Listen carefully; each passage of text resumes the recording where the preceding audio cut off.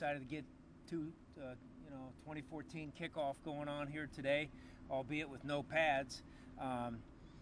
Before we get started, just a couple things real quick. Ross Krautman, you guys all know Ross had a hip injury and some surgery. We were really hopeful he was going to make it back. It's continued to be a bother to him and chronic, and he's had a lot of pain with it. And he made the decision that he's going to have to put the cleats up. So I just want to say thanks to Ross.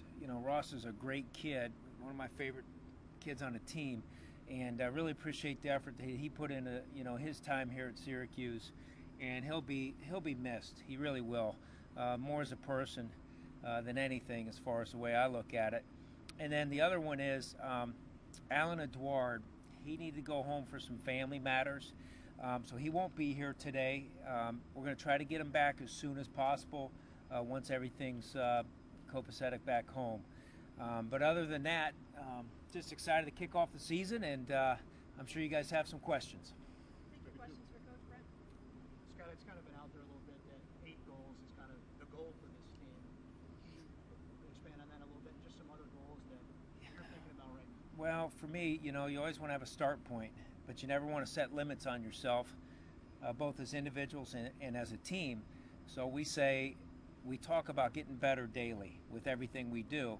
And so when we went about looking forward to setting our goals, I said, let's start with 8 wins. That's where we want to start off. That's what our initial target is, but by no means is that a bar.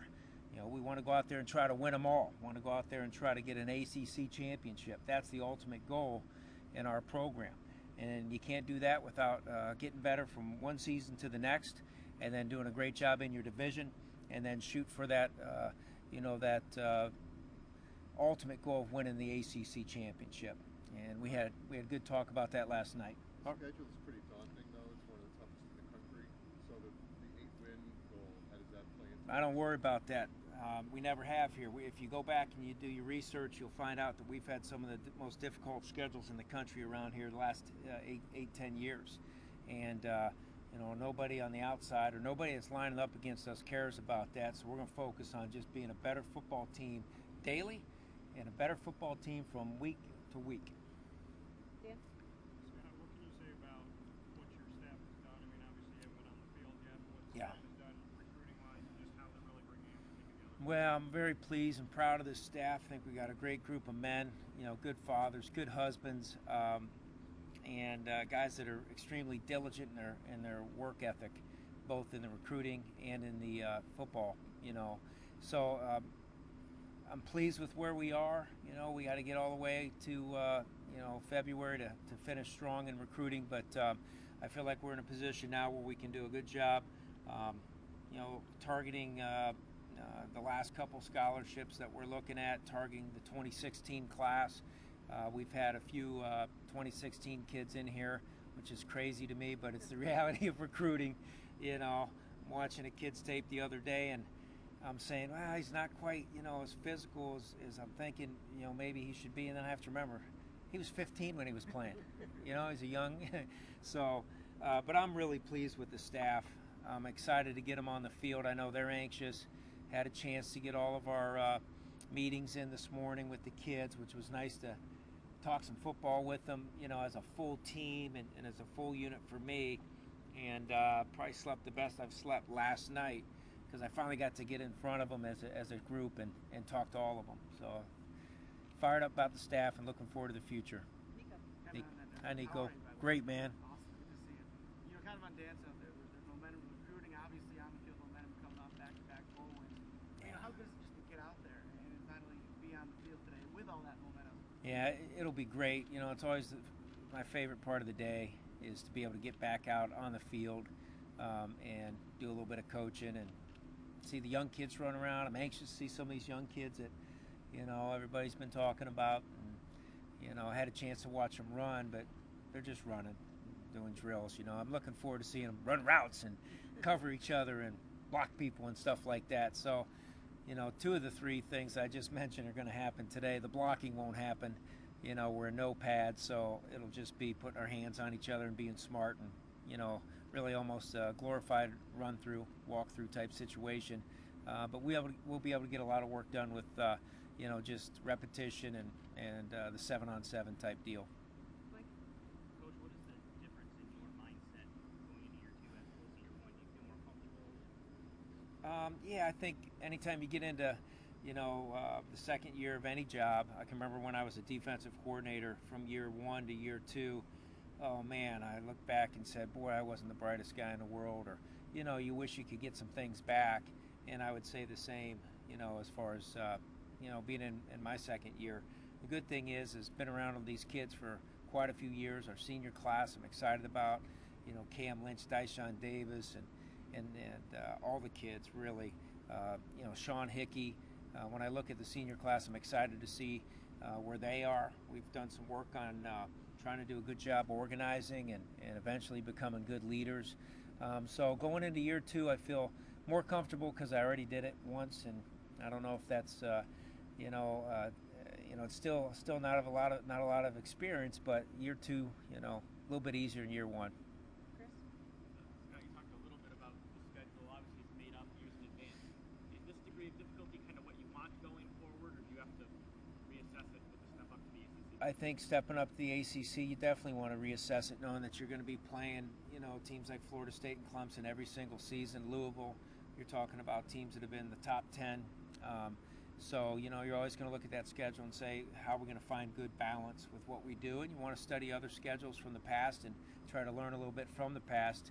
But we have a great conference, great division right now, as you know, and we understand where we're at. We got to catch up to Florida State and Clemson and do a great job continuing to compete against the rest of them. And it'll be interesting to get Louisville in here. When you think about the schedule for the future, those will be things that we continue to talk, with the administration about. And Daryl's been great, and Herm Fraser's done a great job with that. But I do think you're always looking at where you're going, and being in the ACC is always something that you have to take a good look at. Yeah, go ahead. Coach, now in year 2, what are some of the biggest challenges you have going forward to take the next step from 7 wins to 8 and beyond? Just getting better, don't try to overcomplicate it. I think every season you're just trying to get better at the things that you've targeted you needed to improve upon. Our passing game consistency, our quarterback's ability to throw the ball before wide receivers are open. We've talked a lot about that. Terrell did a nice job with that in the spring. Developing who's going to be our backup center. That's a big question mark right now. So really it's just getting better at all the things we do every season and not trying to look too far down the line. You get better when you can focus on the job at hand or the task at hand. Our task at hand right now is to go into the practice today and see if we can get better at the things that we started with last year, a year ago, with some different faces, but with a lot of faces that have played some football now. Talk about Ross Cutler's, Yeah. Out there and off the field, but how about on the field, the impact? Yeah, well, we're going to miss him. I thought Ross was a good kicker. He was kicking hurt the last 2 years, and he hit it a little bit, trying to be tough and that sort of thing. And then when we did get a chance to really investigate it more, we found out that he had some legitimate issues and that we had to get him fixed. We were really hopeful that he'd make it back, but you never know until they swing that leg as hard as they can, like you have to when you're kicking. So even though he was feeling really good, and we felt like we were really progressing well, when he started kicking, it didn't feel quite right. We backed him off.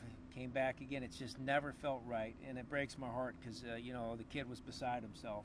But he'll do well with that SU degree, and I'm looking forward to seeing how he does the next few years in his private life.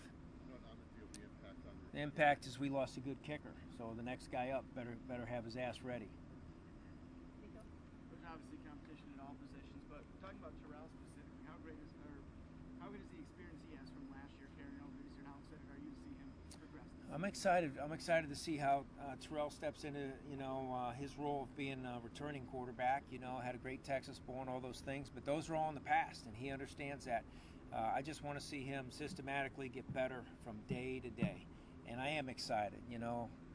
He's a great kid, and I'm excited to see his progress. But I also know there's some guys who would love to steal his job and make it controversial, and I don't know if that's going to happen. Terrell's our starter right now, but I'm anxious to see what Mitch Kimball can do and how AJ competes out there, how Austin does, And once we get Allen back, it's going to be interesting to see how those guys go at it. Really, we got to find who that number 2 is right now, and that's key. And there is a sense of calm to last year, knowing that I trust the offense in Terrell's hands. But I'm excited. Scott, George kind of put a chart in things offensively, saying he wants the offense to go even faster this year. That said, you were still, I believe, correct me if I'm wrong, 4th in place ran. Yeah, we were. ACC. So is the goal to be number 1 now, I guess? Yeah, yes and no. The goal is to win a bunch of games, however we have to, adjust the elements when we have to. You start the season with goals and objectives, and then you adjust as the season goes. We're going to have people get hurt. We're going to have different situations come up. The goal is to go fast and try to force the defense's hand, but also be able to change it up in a couple different ways and be creative. And I really like what our offensive coaches have put together from beginning of spring to end of spring, and then from after spring on through with all their studies. And I'm excited to see what they're doing. And on the defensive side, the same way. I know those guys are anxious to get their kids back out on the field. We've tweaked a few things here and there, and I'm anxious to see what it looks like. We won't really know until we get those pads on midweek next week when we really start doing some things. Steve. How much better is it for the offense in terms of getting prepared for the start of the season, having a returning quarterback this year as opposed to the situation with Drew here and Terrell having not played going into last game? I think there's always a sense of calm when you know that signal caller and you know how he is in the huddle or how he is on the sideline, how he is adjusting to things. So I think, to some degree, there's a lot of comfort with those players that are back that have played with him. Snap count, the way he speaks, the way he, makes his checks and adjustments, the way it sounds to those guys up front. There's a comfort mode there. So I think it's definitely a positive. Mike.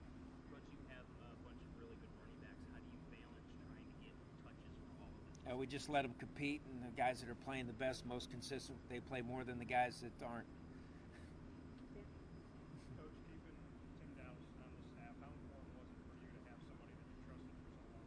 Oh, it's great, and I'm really lucky because I can look up and down that staff room table and see so much familiarity that just makes you feel great as a coach to have guys that you really look at as brothers. And Tim's one of those men that he's a special guy. We joke a lot and we jab each other a lot, but he and Jen and their baby Leona, they're near and dear to my heart, and it's just nice having him and the rest of the guys in the room. And we're just really looking forward to enjoying and having fun. So many of us have been all over the place in this career, and to come back and look around the room and know each other's children, where they were, where they are now, and to just be able to have that brotherhood is so big. And I look forward to it. This is the best time. We get in a situation where we're grinding, and everybody talks about grinding. It is. They're long hours. We're going to go, 6:30 in here to, midnight or whatever, and then get up in the morning and do it again. There's something you love about it. And those guys, we've all been through it, in the past together. I've seen Tim do it as a video coordinator to get his foot in the door, and then a GA, and then slowly working his way up to being a full-time position coach, now assistant head coach here at Syracuse. Couldn't be more proud of him, and it's nice having him next to me in that room and on the football field on kickoff. So when did you guys kind of pull the plug on Ross and decide that he couldn't go? Oh, doesn't matter. I mean, I couldn't give you a date. It's been a tedious situation, and I think you always keep hope. You keep hope, and he came in a while back, and we had a heart-to-heart, and he was crushed, and then I said, look, let's not make a rash decision yet, and he thought about it. We thought about it. We talked to the doctors, and then just came up with it a short while back, and can't give you the date, but So it's not something that's sprung the last couple of days? no, this has been ongoing. Chronic is chronic, and you just never know. And I talked to him today through texting back and forth, and he says good luck. I'm gonna miss the boys and that sort of thing. So tough deal. Coach, do you know what captain's in? I know how we're gonna go about electing them. I never like to prescribe a specific day on when you end up naming the captains or voting for the captains, because I think leadership's a really tricky thing, especially this day and age. And I think it's something that has to be developed, earned, And you know, we have 25, 27, whatever the number is, freshmen in here that they don't know these guys, and then you're going to give them a chance to vote on it. That's a pretty good piece of the vote. You know what I mean? The one thing we do that I think is a little bit different is anybody that's in a situation where they've been here for 4 years, and academically they're in a senior situation, they get 4 points for their vote, and then it goes on down. Juniors get 3, sophomores 2, freshmen 1, and then coaches, our vote counts as 4 as well.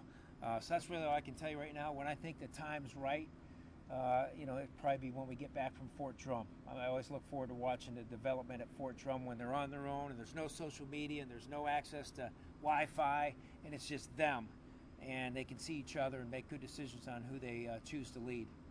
Steven? I know the last couple of years you've worked in helmet cams, and in the spring you had the protective padding on the helmets. Are there any new technology or safety things you're working on? Nothing really right now other than the things you mentioned that we'll utilize. We won't have the pads on the helmet until we put the shoulder pads on, for the first couple days. Last question, Mark? You talked about some players that you're looking at and saying, God, they really have the chance to make a huge step this year. We got a lot of them, and I hate to single them out. For me, I tell the kids, and I want to be consistent with the way I speak to you folks, that everything's going to be earned. So we start with the depth chart. That's extremely overrated in my opinion, and then we go to war, and they battle the hell out of each other. Give me a week, and then I'll tell you who I think is showing improvement and giving us a chance to do some great things. The names are countless. The guys that are returning, the Brisley Esteems, Darrell Eskridge, Terrell Hunt. I mean, I could go right down everybody that you would mention. You know what I mean? But I hate to truly single them out.